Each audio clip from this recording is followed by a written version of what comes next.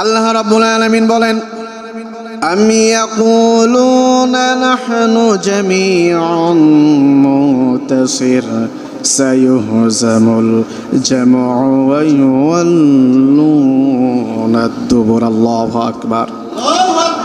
আবু জাহেল বলেছিলেন, আমরা শক্তিশালী একটা দল, আমি সংঘবদ্ধ একটা দল তৈরি করেছি, আমার সেনাবাহিনী আছে, পুলিশ আছে, র্যাব আছে, বিজিবি আছে, অস্ত্র শস্ত্র আছে, সৈন্যবাহিনী সব কিছু আমার আছে। অর্থাৎ বিজয় আমি অর্জন করব। কে অর্জন করবে? বিজয় কে অর্জন করবে? আবু জেহেল বললেন যে আমরা সংঘবদ্ধ একটি দল, আমার অস্ত্র শস্ত্র আছে, আমার বাহিনী আছে, বিভিন্ন বাহিনী আছে, সৈন্যবাহিনী আছে, অর্থাৎ আমাকে কেউ পরাজিত করতে পারবে না, আমি বিজয় অর্জন করব। নাউজুবিল্লাহ কয় না? এই বক্তব্য কার? এবার আল্লাহ রাব্বুল আলামিন বলেন, আবু জেহেল যখন এই বক্তব্য দিলেন, আল্লাহ সুবহানাহু ওয়া তাআলা বলেন, সায়ুহজামুল জামউ ওয়া ইউওয়াল্লুনা আদ-দুবুর। আবু জেহেল যারা বলেছে আমরা সংঘবদ্ধ একটি দল, অস্ত্র শস্ত্র আমাদের আছে, সৈন্যবাহিনী আছে, জিহাদের ময়দানে যদি আমরা যাই আমাদের সাথে কেউ পারবে না, আমরা বিজয় অর্জন করব। আমার আল্লাহ কয় ওরাই পরাজিত হবে, শুধু পরাজিত হবে না, ময়দান থেকে তারা পালিয়ে যাবে। বলেন সুবহানাল্লাহ। তারা শুধু পরাজিত হবে না, ময়দান থেকে কি করবে? পালিয়ে যাবে। কথা কার? আবু জেহেলের কথার চ্যালেঞ্জ কে করেছেন? আরো জোরে কান। তাহলে চ্যালেঞ্জে জিতবে কে? আল্লাহ না আবু জেহেল? কারণ আল্লাহ তো সৈন্যবাহিনী নাই, আছে? লাগবে? লাগবে না। হযরত ওমর রাদিয়াল্লাহু তাআলা আনহু চিন্তা করলেন, বিশ্বনবী জবান দিয়ে যখন এই আয়াতে কারিমা তেলাওয়াত করলেন, হযরত ওমর চিন্তিত হলেন, কিভাবে সম্ভব? আমাদের অস্ত্র নাই, আমাদের কোনো বাহিনী নাই, তেমন আধুনিক কোনো অস্ত্র শস্ত্র আমাদের নাই, কেবলমাত্র আমরা 40 জন মতান্তরে 45 জন ঈমান এনেছি। যখন আবার বদর যুদ্ধ হয়েছিল, বিশ্বনবী যখন মদিনায় গিয়েছিলেন, ওই বদর যুদ্ধে অংশগ্রহণ করেছিলেন 313 জন। কয়জন? 313 জন। এই 313 জন বিশ্ব নবীর কাছে কালেমা পড়ে মুসলিম হয়েছিলেন। হযরত ওমর চিন্তা করলেন কিভাবে সম্ভব? আবু জেহেল যেহেতু ঘোষণা দিয়েছে তাদের সব কিছুই বেশি, বিজয় তারা অর্জন করবে, আর আমার আল্লাহ কয় তারা বিজয় অর্জন করবে না, তারা পরাজিত হবে। শুধু পরাজিত নয়, ময়দান থেকে তারা পালিয়ে যাবে। বলেন সুবহানাল্লাহ। ময়দান থেকে তারা পালিয়ে যাবে। বিশ্বনবী সাল্লাল্লাহু আলাইহি ওয়াসাল্লাম হিজরত করে মদিনায় চলে গেলেন। কোথায়? সবাই বলেন। মদিনায় চলে গেলেন। মদিনায় যাওয়ার পরে মুসলমানরা যখন শান্তিতে মদিনায় বসবাস করতেছে, মক্কার কাফেরদের মাথা নড়ে গেছে যে মুহাম্মদ মদিনায় ভালোভাবে থাকবে, ইসলাম প্রচার করবে, ইসলামের কথা বলবে, আর আমি আবু জেহেল মক্কায় বসে থাকবো, এটা কখনোই সম্ভব নয়। আলেমরা ভালো থাক, আলেমরা ভালোভাবে চলুক, এটা কিন্তু এক শ্রেণীর মানুষের ভালো লাগে না। কথা কয় না? আলেমরা সুন্দর পোশাক যদি পরে, ভালো খানা খায়, ভালো খাবার খায়, ভালো একটা মোটরসাইকেল চালায়, এক শ্রেণী কিন্তু আবার চুলকানি শুরু হয়। আবু জেহেলের মতন মুহাম্মদ মদিনায় ভালোভাবে থাকবে, ভালোভাবে খাবে, ভালোভাবে বসবাস করবে, ইসলামের দাওয়াত দিবে, এটা আমি আবু জেহেল আমার চোখে ভালো লাগছে না। এই শ্রেণীর মানুষ আছে না নাই? আসতে কম আছে। এখন আবু জেহেল চিন্তা করলেন মুহাম্মদকে ভালো থাকতে দিব না, তারা প্রস্তুতি নিচ্ছেন।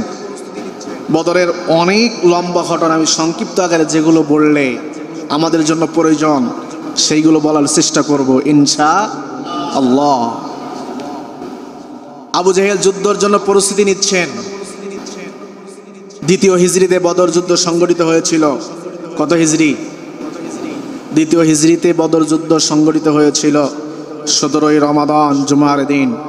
17ই রমাদান জুমার দিনে আবু জেহেল 1000 সৈন্যবাহিনী তৈরি করলেন। কয় হাজার? আরো জোরে বলেন। 1000 সৈন্যবাহিনী আবু জেহেলের। সশস্ত্র বাহিনী 600 এবং তাদের ঘোড়া ছিল 300টি। কয়টি? 700টি উট ছিল। প্রস্তুতি করেছেন আবু জেহেল মুহাম্মাদের বিরুদ্ধে যুদ্ধ করবে। বদর যুদ্ধ যখন সংগঠিত হয়েছিল মুসলমানদের সৈন্যবাহিনী ছিল 313 জন, তলোয়ার ছিল মাত্র 8টি, যেখানে 600 আর এখানে কত? 8। ঘোড়া ছিল মাত্র 2টি, উট ছিল 70টি, যেখানে ওদের উট ছিল 700, ঘোড়া ছিল 600। মুসলমানদের ঘোড়া আছে মাত্র 2টা। অস্ত্র শস্ত্র বাহিনী, ঘোড়া, উট কাদের বেশি? কথা কয় না। কাদের বেশি? তাহলে কাফেরদের সংখ্যা কত? 1000 আর মুসলমানদের সংখ্যা কত? 313 জন। এই 13 জনের সেনাপতি ছিলেন মুহাম্মদ রাসূলুল্লাহ। আর 1000-এর কাফেরের সেনাবাহিনী ছিলেন আবু জেহেল, আলহাস আবু জেহেল। 1000 সৈন্যবাহিনীর লিডার আর 313 জনের লিডারকে। কষ্ট হচ্ছে আপনাদের? কত? 313 জনের নেতা সেনাপতি মুহাম্মদ রাসূলুল্লাহ। তাহলে মুহাম্মদ সাল্লাল্লাহু আলাইহি ওয়াসাল্লাম নেতৃত্ব দিয়ে সেনাপতির দায়িত্ব পালন করে জিহাদের ময়দানে জিহাদ করেছেন, করে নাই? আওয়াজ দিয়ে বলেন। আজকে সমাজে ফতোয়া দেয়, জিহাদের কথা বলে। এই জিহাদ কোথা থেকে আসলো? জিহাদের কথা বললেই জঙ্গি, জিহাদের কথা বললেই মৌলবাদী। কথা কয় না। আমার নবী স্বয়ং 27টা মদন্তরে 33টা যুদ্ধের নেতৃত্ব দিয়েছেন, 80টারও বেশি যুদ্ধর পরিচালনা করেছেন। সুবহানাল্লাহ কয় না। মুহাম্মদ শুধু খানকা শরীফ নিয়ে ব্যস্ত ছিলেন না, মসজিদ নিয়ে ব্যস্ত ছিলেন না, মাদ্রাসা নিয়ে ব্যস্ত ছিলেন না। তিনি মসজিদে যেমনিভাবে দায়িত্ব পালন করেছেন, ময়দানও তেমনিভাবে দায়িত্ব পালন করেছেন। তিনি মানুষদেরকে যেভাবে ভালোবেসেছেন, ইসলামের বিপক্ষে যারা কথা বলেছেন তাদের বিরুদ্ধে কঠোর হয়েছেন। কথা কয় না। আর আপনি আমি খানকা শরীফ নিয়ে ব্যস্ত, মসজিদ নিয়ে ব্যস্ত, যা হয় হোক, কোনো সমস্যা নেই, আমি মসজিদের ভিতরেই থাকি। কথা কয় না। এইরকম মন মানসিকতা, ঈমান নিয়ে আল্লাহর জান্নাতের আশা করা যায় না। আবু জেহেল যুদ্ধের প্রস্তুতি নিচ্ছেন। মুহাম্মদ সাল্লাল্লাহু আলাইহি ওয়াসাল্লাম মদিনায় বসবাস করতেছেন। খবর চলে গেল বিশ্বনবীর কাছে, আবু জেহেল যুদ্ধের জন্য প্রস্তুতি নিয়েছেন। বিশ্বনবী চিন্তিত হয়ে গেলেন, চিন্তার ভিতরে পড়ে গেছেন। এখন কি করব? রাতে ঘুম হয় না। খবর শোনার সাথে সাথে বিশ্বনবী রাতের ঘুম হারাম হয়ে গেছে। আল্লাহর কাছে শুধু সাহায্য চাচ্ছে। আল্লাহকে বলছে, রব্বুল আলামিন আমি এখন কি করব তুমিই বলে দাও। সুবহানাল্লাহ বলেন। কে বলে দাও? কে বলবে? আল্লাহ বলবে। আল্লাহ তাআলা বিশ্বনবী যখন সাহায্য চাইলেন, আল্লাহ সাহায্য আকারে আয়াত নাজিল করলেন। আবু জেহেল যেহেতু যুদ্ধ করার জন্য, তোমাদের বিরুদ্ধে যুদ্ধ করার জন্য প্রস্তুতি নিয়েছে, তোমরাও তার বিরুদ্ধে কি করো? যুদ্ধের জন্য প্রস্তুতি গ্রহণ করো। সুবহানাল্লাহ বলেন। সূরা হজ 39 নম্বর আয়াত। কত নম্বর আয়াত? 39 নম্বর আয়াত নাজিল করে আল্লাহ তাআলা জিহাদের অনুমতি দিয়েছেন। সুবহানাল্লাহ বলেন। কিসের অনুমতি? আল্লাহ রাব্বুল আলামিন বলেন, উযিনা লিল্লাযীনা ইউকাতিলুনা বিআন্নাহুম যুলিমু ওয়া ইন্নাল্লাহা আলা নাসরিহিম লাকাদির। আল্লাহু আকবার। আল্লাহ সুবহানাহু ওয়া তাআলা বলেন, নবী আমার শুনেন, আলহাজ আবু জেহেল আপনার বিরুদ্ধে যুদ্ধ করার জন্য প্রস্তুতি গ্রহণ করেছে, আপনিও যুদ্ধের জন্য প্রস্তুতি গ্রহণ করেন। এই কথা বলে পরবর্তী আয়াতে আল্লাহ তাআলা বললেন, ওয়া ইন্নাল্লাহা আলা নাসরিহিম লাকাদির। চিন্তা করার কোনো কারণ নেই, পেরেশানি হওয়ার কোনো কারণ নাই। আমি আল্লাহ সাহায্য করার ক্ষমতা আমি আল্লাহ রাখি। সুবহানাল্লাহ। তুমি যুদ্ধের জন্য প্রস্তুতি গ্রহণ করো। আবু জেহেল যেভাবে প্রস্তুতি নিয়েছে তুমিও কি করো?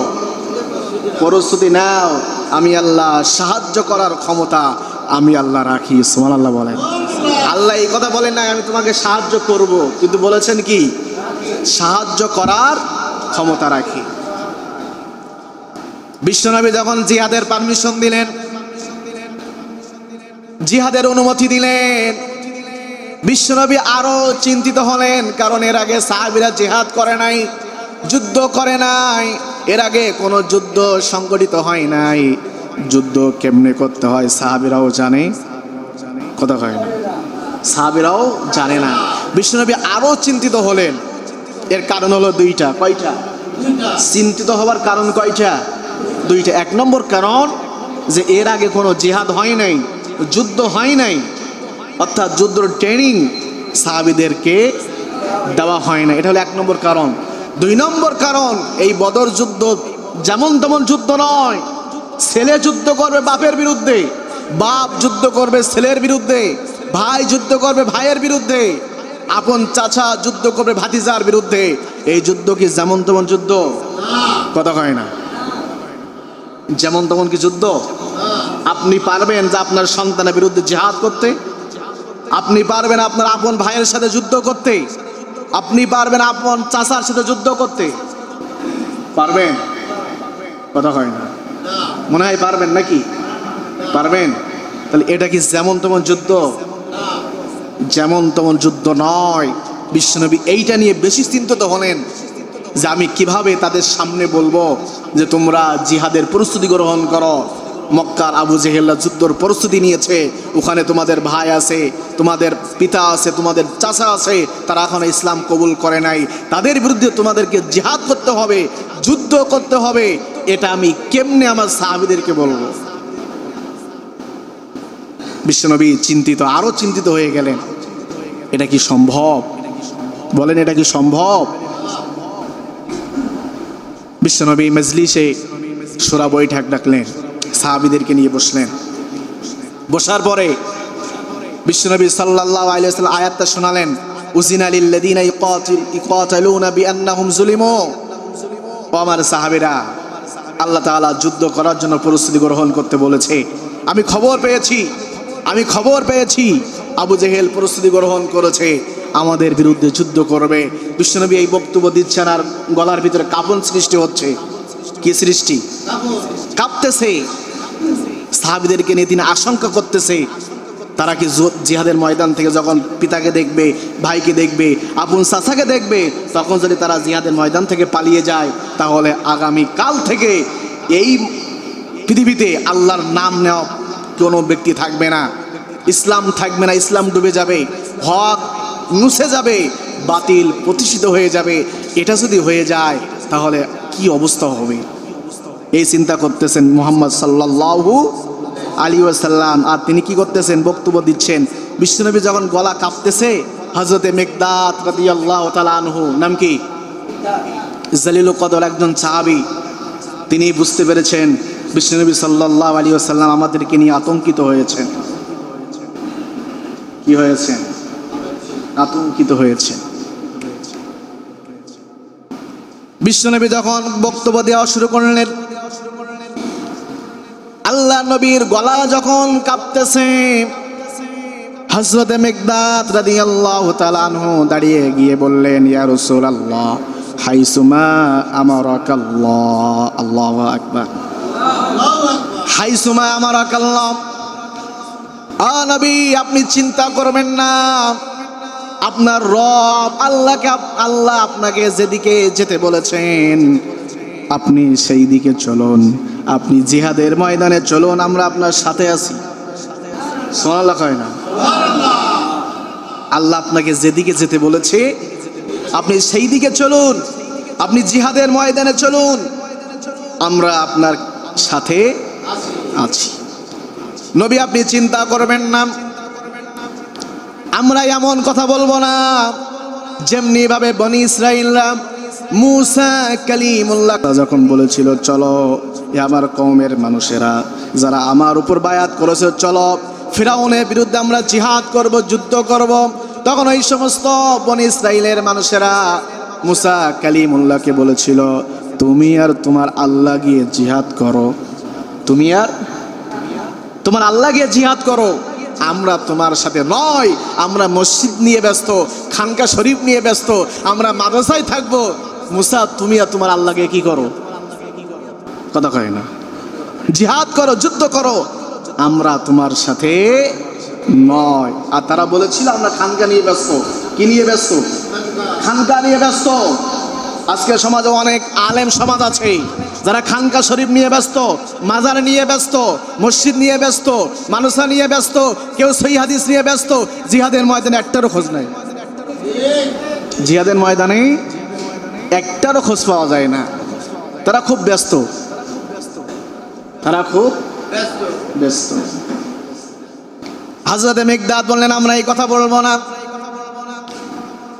আপনি চিন্তা করবেন না, চিন্তা করার কোনো কারণ নাই, কারণ আমরা যেদিন আপনার হাতে বায়াত গ্রহণ করেছি, কালেমা পড়ে যেদিন মুসলমান হয়েছে, নবী স্ত্রীর মায়া ত্যাগ করেছি, সন্তানের মায়া ত্যাগ করেছি, পিতার মায়া ত্যাগ করেছি, আত্মীয় স্বজন চাচা সবার মায়া ত্যাগ করে আমাদের জীবনটা আল্লাহ আর রাসূলের কাছে কোরবানি করে দিয়েছি। বলেন সুবহানাল্লাহ।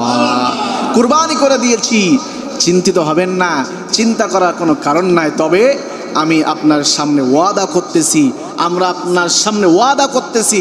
হযরতে মিকদাদ বলেন ইয়া রাসূলুল্লাহ, আমরা আপনার সামনে ওয়াদা করতেছি, ওয়ালাকিন্না আযহাবা আনতা ওয়া রাব্বুকা ফাকাতিলা ইন্না মাআকুমা মুকাতিলুন। বিশ্বনবী আপনি চিন্তা করবেন না, আপনি জিহাদের ময়দানে চলুন, আমরা আপনার সঙ্গী সাথী হয়ে কাফেরদের বিরুদ্ধে লড়াই করব।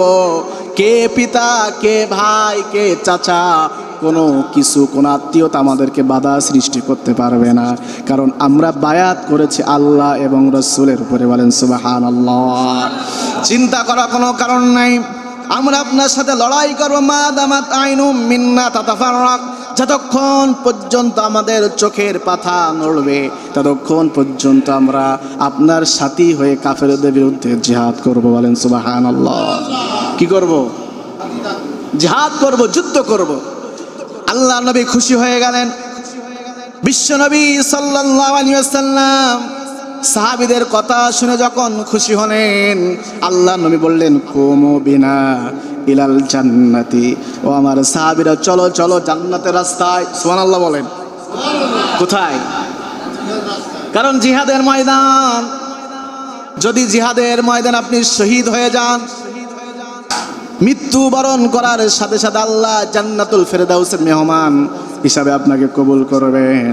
বুখারী শরীফের হাদিস, বিশ্বনবী সাল্লাল্লাহু আলাইহি ওয়াসাল্লাম বলেছেন, ও আমার সাহাবীরা, তোমরা কি জান্নাত তালাশ করো? জান্নাত কি তোমরা খুঁজতে চাও? জান্নাত হলো জিহাদের ময়দানে চিকচিক তরবারির নিচেই হলো আল্লাহর জান্নাত। বলেন সুবহানাল্লাহ। চিকচিক তরবারির নিচেই আল্লাহর জান্নাত। সুবহানাল্লাহ বলেন। জান্নাত কোথায়? কাফেরের হাতের যে তরবারি, চিকচিক তরবারি, এই তরবারির নিচেই হলো আল্লাহ জান্নাত রেখেছেন। সুবহানাল্লাহ। মৃত্যুবরণ করবেন, শহীদ হবেন। শহীদের মর্যাদা আল্লাহ যে কত বেশি দিয়েছেন, কত মর্যাদা দিয়েছেন, পৃথিবীর মানুষদেরকে বোঝালে তারা বুঝবে না।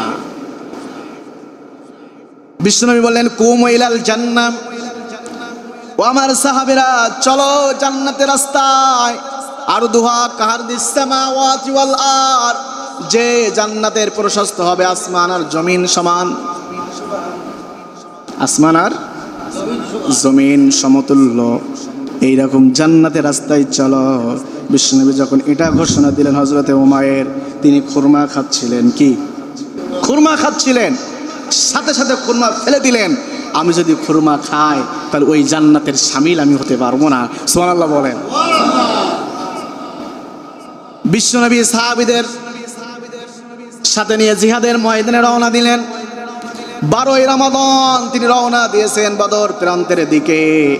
যারা হজ করেছেন মদিনা থেকে 80 মাইল দক্ষিণ পশ্চিমে বদর, 80 থেকে 80 মাইল দক্ষিণ পশ্চিমে বদর, ওখানেই এই বদর যুদ্ধটা সংগঠিত হয়েছিল। যারা হজ করেছেন মনে হয় দেখেছেন তো বদর দেখেছে। বিশ্বনবী জিহাদের ময়দানে চলে গেলেন। জিহাদের ময়দানে যাওয়ার পরে আবু জেহেল মক্কা থেকে যখন রওনা দিবেন কাবার সামনে হাজির। তার সামনে আবু জেহেল কাবার সামনে দাঁড়িয়ে বলতেছে, আল্লাহ, ও কাবার মালিক, আমি এখন যুদ্ধ করার জন্য বদরের প্রান্তের দিকে যাচ্ছি। মুহাম্মদের বিরুদ্ধে লড়াই করব। যে আত্মীয়তা বন্ধন ছিন্ন করেছে, বাপ দাদাদের ধর্মের মুখে লাথি মেরেছে, সেই মুহাম্মদের বিরুদ্ধে যুদ্ধ করার জন্য যাচ্ছি। আল্লাহ, এই যুদ্ধ যেন আমি বিজয় অর্জন করতে পারি। আল্লাহ, তুমি আমাদেরকে বিজয় দিও। কে দিও? কে দোয়া করতেছে? কথা কয় না। আবু জেহেল দোয়া করতেছে কাবার সামনে, মুহাম্মদের বিরুদ্ধে যুদ্ধ করার জন্য যাচ্ছি, জিহাদ করার জন্য যাচ্ছি। আত্মীয়তা বন্ধন ছিন্ন করেছে, বাপ দাদার ধর্মের মুখে লাথি মেরেছে, তার বিরুদ্ধে যুদ্ধ করার জন্য যাচ্ছি। আল্লাহ, আমাদেরকে যুদ্ধ তুমি কি করো? বিজয় দিও। এখন কাবার সামনে দোয়া করলে দোয়া কি হয়? দোয়া কিন্তু কবুল মিস হবে না। বন্দুকের গলি মিস হবে কিন্তু দোয়া মিস হবে না। আবু জেহেল এই কথা বলার সাথে সাথে আরেকটা কথা বললেন, আল্লাহ, তোমার কাছে যে দলটা পছন্দ হয় সেই দলের বিজয় তুমি দিও। সুবহানাল্লাহ কয় না?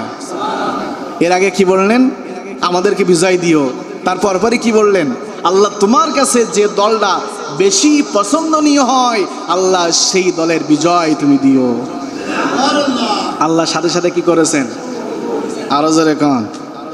আল্লাহ কবুল করে নিয়েছেন। আল্লাহ কবুল করে নিয়েছেন। আল্লাহু আকবার বলেন। বিশ্বনবী সাল্লাল্লাহু আলাইহি ওয়াসাল্লাম দোয়া করবেন। বদরের প্রান্তে যখন যুদ্ধ শুরু হবে, এক পর্যায়ে 2 গ্রুপ সংঘর্ষ শুরু হয়ে গেল। বিশ্বনবী 2 হাত প্রসারিত করে আল্লাহর কাছে হাত তোলেন, আল্লাহ, তুমি যে সাইহুজামুল জামু ওয়াল্লুনাদ দুবুর, তুমি বলেছিলে তোমরাই বিজয় অর্জন করবে। যারা বলে আমরা বিজয় অর্জন করব তারা পালিয়ে যাবে। আল্লাহ, তুমি তোমার ওয়াদা পালন করো। বলেন সুবহানাল্লাহ। বিশ্বনবী 2 হাত প্রসারিত করে আল্লাহর কাছে হাত তুললেন। কান্না জর্জরিত কণ্ঠে বিশ্বনবী দোয়া শুরু করলেন। হযরত আবু বকর বললেন, হাসবুকা ইয়া রাসূলুল্লাহ, আপনি আর কাঁদবেন না, আপনি আর কাঁদবেন না, কারণ আমার বিশ্বাস আল্লাহ আজকে আপনাকে লাঞ্ছিত অপমানিত করবে না। সুবহানাল্লাহ খান। আবু বকর যখন এই কথা বললেন, আল্লাহ রাব্বুল আলামিন বিশ্ব নবী জনাব মুহাম্মদ রাসূলুল্লাহ সাল্লাল্লাহু আলাইহি ওয়াসাল্লামকে বললেন, নবী, চিন্তা করার কোনো কারণ নাই। তোমরা যদি একটা শর্ত পূরণ করতে পারো আমি আল্লাহ তোমাদেরকে বিজয় দান করব। বলেন সুবহানাল্লাহ। শর্ত কয়টা? আরো জোরে বলেন। আল্লাহ রাব্বুল আলামিন কুরআনুল কারীমে সূরা আনফালের 12 নম্বর আয়াতে বলেন, আল্লাহ বলেন, আন্নী মাআকুম ফাসাব্বিতুল্লাযীনা আমানু সাউলকি ফি কুলুবিল্লাযীনা কাফারু বা। আল্লাহু আকবার। নবী, আপনারা যদি জিহাদের ময়দানে ঐক্যবদ্ধ হয়ে আপনাদের ঈমানটা পরিপূর্ণ করে আল্লাহর উপর ভরসা করে যদি তোমরা জিহাদের ময়দানে টিকে থাকতে পারো আমি আল্লাহ অবশ্যই অবশ্যই তোমাদেরকে বিজয় দান করব। বলেন সুবহানাল্লাহ। তবে টিকে থাকতে হবে, ভয় পেলে হবে না। জিহাদের ময়দানে কি করতে হবে? টিকে থাকতে হবে। আল্লাহর উপর ভরসা করে তাওয়াক্কুল করে যদি তুমি জিহাদের ময়দানে থাকতে পারো আমি আল্লাহ তোমাকে সাহায্য করব। বিশ্বনবীর কাছে যখন আল্লাহ বললেন সাহায্য করব, ফেরেশতা পাঠাবো, আল্লাহ কয় আমার ফেরেশতার দরকার নাই, আমি ফেরেশতা চাই না, আমি চাই আমার মালিককে। সুবহানাল্লাহ। আমার মালিক যদি জিহাদের ময়দানে সহযোগিতা করেন, আমি ফেরেশতা চাই না, আমি কাকে চাই? আরো জোরে কোন, আমি ফেরেশতা চাই না, আমি রব তোমাকে চাই। আল্লাহ কয় নবী আমি কবুল করলাম। সুবহানাল্লাহ খান। আল্লাহ রাব্বুল আলামিন ফেরেশতা পাঠালেন, একে একে করে 5000 ফেরেশতা আল্লাহ পাঠালেন। কয় হাজার? 5000 ফেরেশতা পাঠালেন। এবার আল্লাহ স্বয়ং জিহাদের ময়দানে বিশ্বনবীদেরকে বিজয় দিয়েছিলেন। বিশ্বনবী দোয়া করার পর আল্লাহ বললেন নবী আপনি হাতের ভিতরে বালু নেন। কি নেন? আপনি বালু নেন।